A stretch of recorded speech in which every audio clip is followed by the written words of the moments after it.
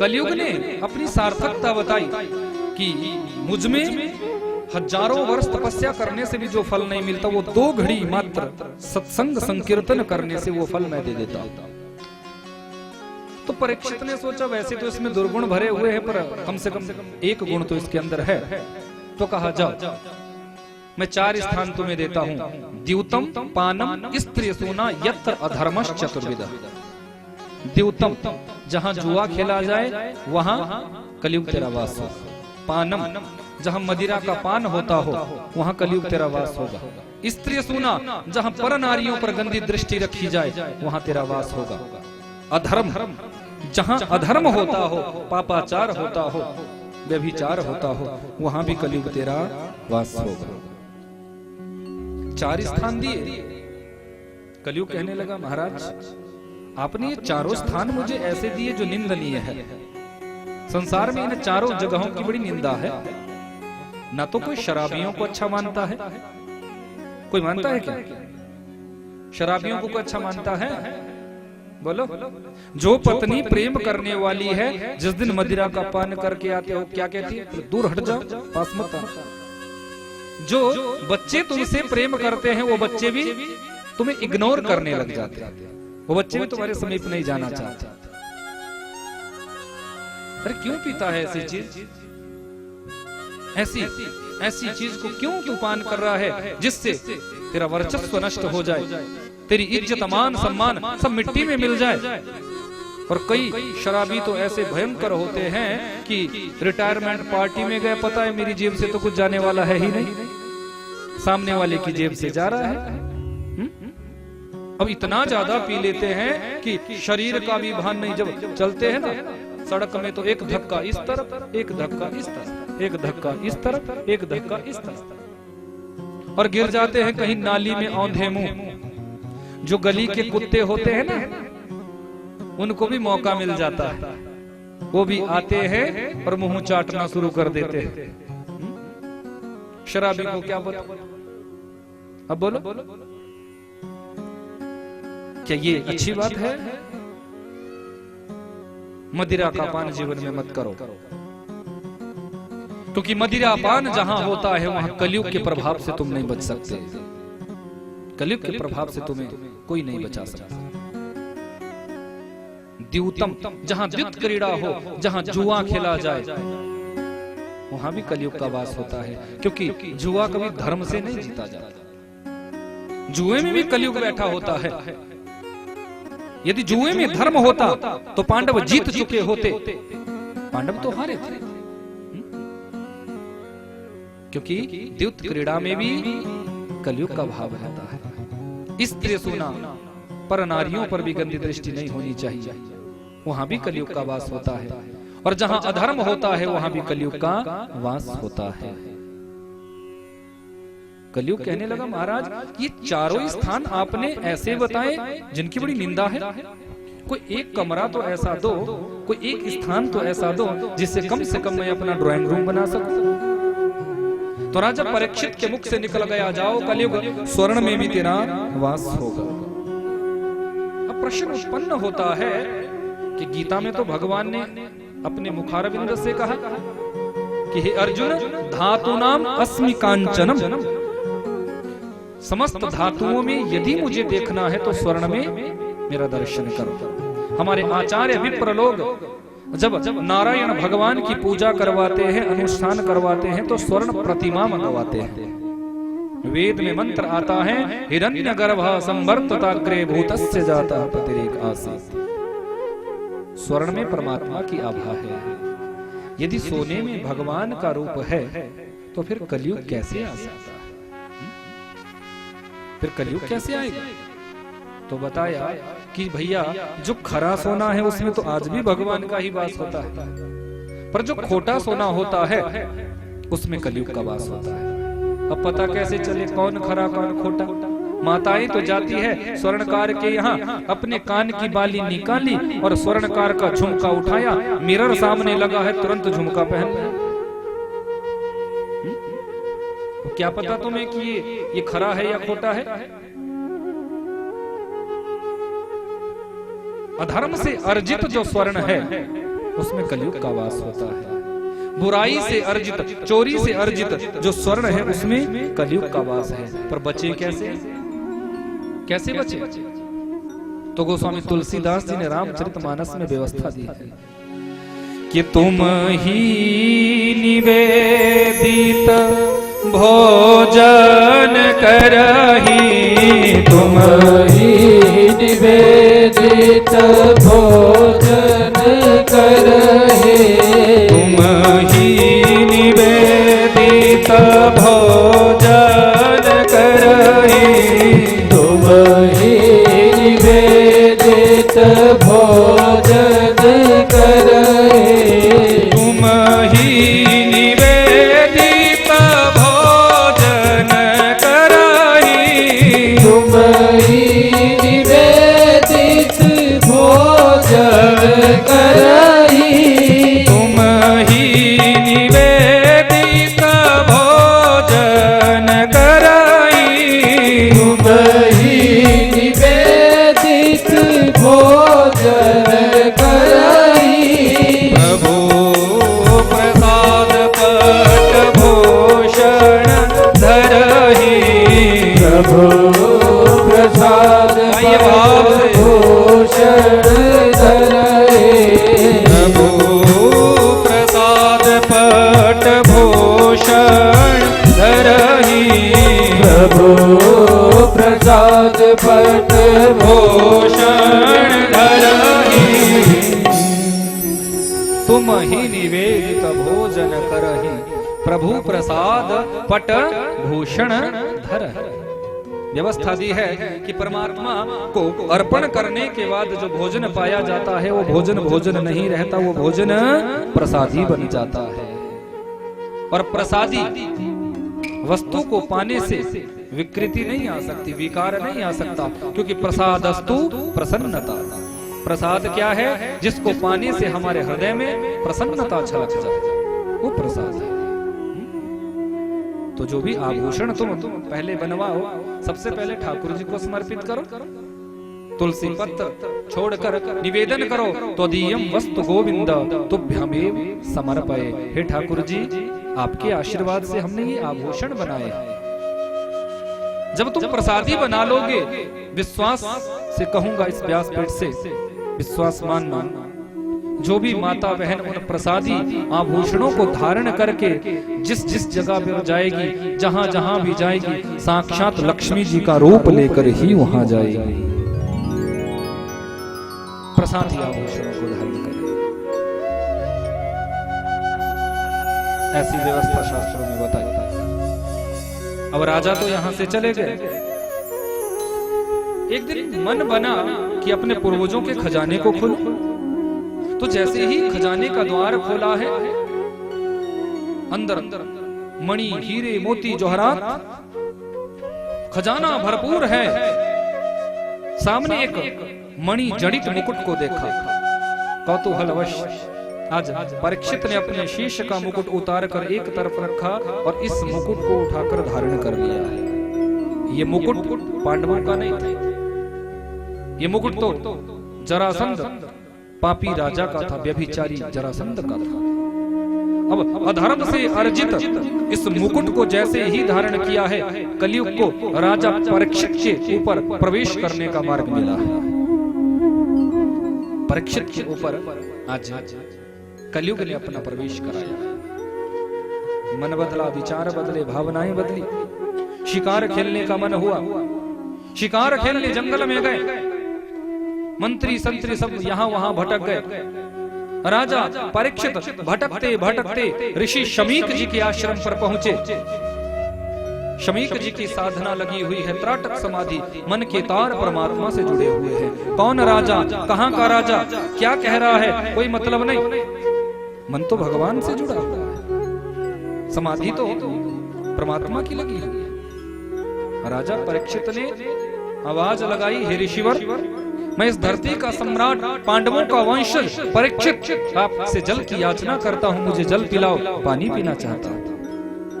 एक बार कहा, दो बार कहा, चार बार कहा, पर ऋषि तो अपनी समाधि में गए हुए, समाधि में डूबे हुए हैं।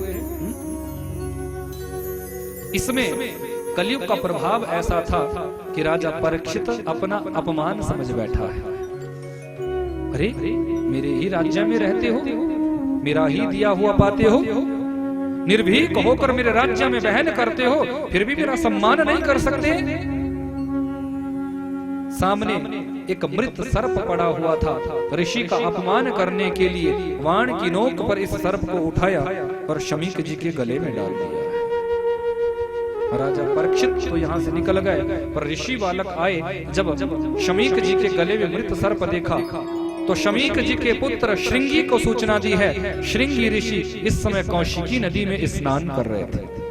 भैया, तुम्हारे पिताश्री के गले में किसी ने मृत सर्प डाला है।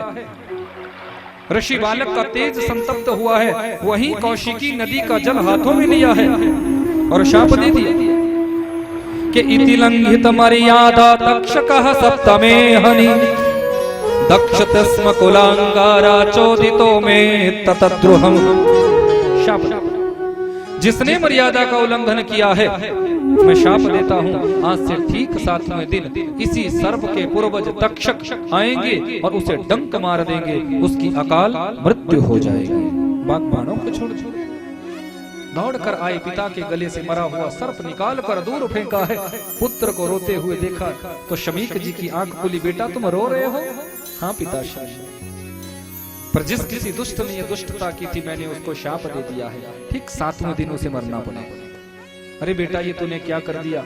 वो तो परम धर्मात्मा राजा परीक्षित से कलयुग के प्रभाव में प्रभावित होकर उनसे ऐसा अपराध हुआ, ये गलती हुई। पिताश्री, बागबानों को छोड़ चुका हूं, वो वापिस नहीं आ सकते, मरना तो उन्हें पड़ेगा। गौरमुख नामक शिष्य को बुलाया, बेटा जाओ राजा परीक्षित को सूचना दो कि मेरे पुत्र ने तुम्हें 7 दिनों में मरने का शाप दिया है, अपनी मुक्ति का कोई उपाय खोज लो। 7 दिनों बाद तुम्हें कोई बचा नहीं सकता। यहाँ परीक्षित ने मुकुट को उतार कर एक तरफ रखा तो कलयुग का प्रभाव शांत हुआ। परीक्षित विचार करते हैं, अरे आज इस शरीर से एक संत का अपराध हो गया। मैंने अपने शरीर से एक संत का अपराध किया है। शिष्यों द्वारा जब सूचना मिली कि राजन 7वें दिन तुम्हें मरना पड़ेगा, तो कहने लगे, ऋषि बालक ने मुझे ये शाप नहीं, मुझे तो वरदान दिया है। जिस शरीर से एक संत का मैंने अपराध किया हो, उस शरीर को तो 7 मिनट भी जीने का अधिकार नहीं, मुझे तो 7 दिन मिले हैं। 7 दिन तो बहुत लंबा समय है। उसी समय वैराग्य भाव आ गया है। पत्नी इरावती से कहने लगे, देवी मैं अपनी छाती पर हाथ रखकर ये कह सकता हूं कि 7 दिनों से पहले मुझे कोई मार नहीं सकता और 7वें दिन मुझे कोई बचा नहीं सकता, क्योंकि ऋषि का वचन झूठा नहीं हो सकता। अपने बड़े बेटे जन्मेजय को राजगद्दी पर बिठाया। जो उपदेश पांडवों ने किया था वही उपदेश जन्मेजय को किया। अपने सर्वस्व का त्याग करके गंगा जी के पावन तट की ओर पहुंचे। पत्नी इरावती भी पीछे दौड़ी है, एक सुई तक अपने साथ लेकर नहीं गए हैं। पूरी धरती के सम्राट है परीक्षित, लेकिन जब वैराग्य जगा तो एक सुई तक अपने साथ लेकर नहीं गए थे। जिन वस्त्रों में थे उन्हीं वस्त्रों में उसी व्यवस्था में चले गए। यह है पूर्ण वैराग्य। पूर्ण वैराग्य। हम लोगों के अंदर भी वैराग्य आता है, पर हमारा वैराग्य कैसे होता है? घर में थोड़ा सा झगड़ा हुआ, अब 4 कपड़े उठाए और पहुंच गए हरिद्वार। अब 4-5 दिन जब तुम्हें वहां होते हो तो कभी पत्नी को फोन करते हो, कभी पति को फोन करते हो, कभी बेटे को फोन, कभी पोते को फोन। वैसे तो युद्ध हुआ था, लड़ाई हुई थी, पर चलो मैं आ ही जाता हूं। इसको कहते हैं मरकट वैराग्य। कौन सा वैराग्य? बंदर को देखा है ना, बंदर एक डाली पर ज्यादा देर तक नहीं रह सकता। एक टहनी से दूसरी टहनी पर कब छलांग लगा देगा कुछ कहा नहीं जा सकता। पूर्ण वैराग्य हमारे अंतस्थ हृदय में आ जाए। पूर्ण वैराग्य। जीवन में एक बार वैराग्य आता है, बताऊं या रहने दें? बोलो बताओ। सच्चा जो वैराग्य होता है कब? जब तुम अपनी नजरों के सामने किसी शव यात्रा को देखते हो, तब तुम्हें वैराग्य आता है कि अरे भैया ये मरा है तो हमें भी मरना पड़ेगा। एक न एक दिन हमें भी ऐसे ही मरना पड़ेगा।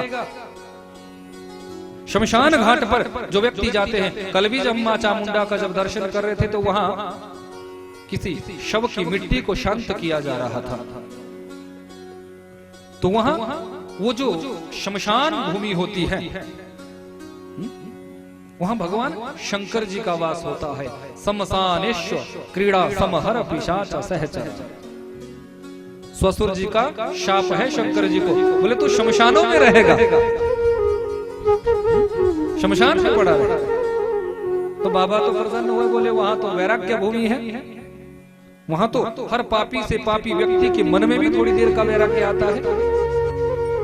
जब शमशान भूमि पर कोई जाता है, चिता जलती हुई देखता है, तो थोड़ी देर के लिए वैराग्य आता है कि अरे एक दिन ऐसे ही हमें भी जाना पड़ेगा। पर वो वैराग्य यदि घर वापिस आने पर भी तुम्हारे अंदर बन जाए, फिर तो तुम संत नहीं बन जाओगे। सच्चा त्याग कबीर का जो मन से दिया निकाल। पूर्ण वैरागी थे कबीर दास जी। एक बार कोई घर में आया, कहने लगा कि मैया मैं बाबा कबीर से मिलना चाहता। तो पत्नी का नाम था लोई। लोई ने कहा कि जाओ, इस समय मेरे स्वामी जी शव यात्रा में गए हुए हैं, शमशान घाट पर तुम्हें मिलेंगे, मिलना जरूर है। तो बताया शमशान घाट में तो बहुत से लोग होंगे, मैं कैसे खोजूंगा कि कौन कबीर जी है, मैं तो कभी उनसे मिला नहीं, मैंने कभी उनको देखा नहीं।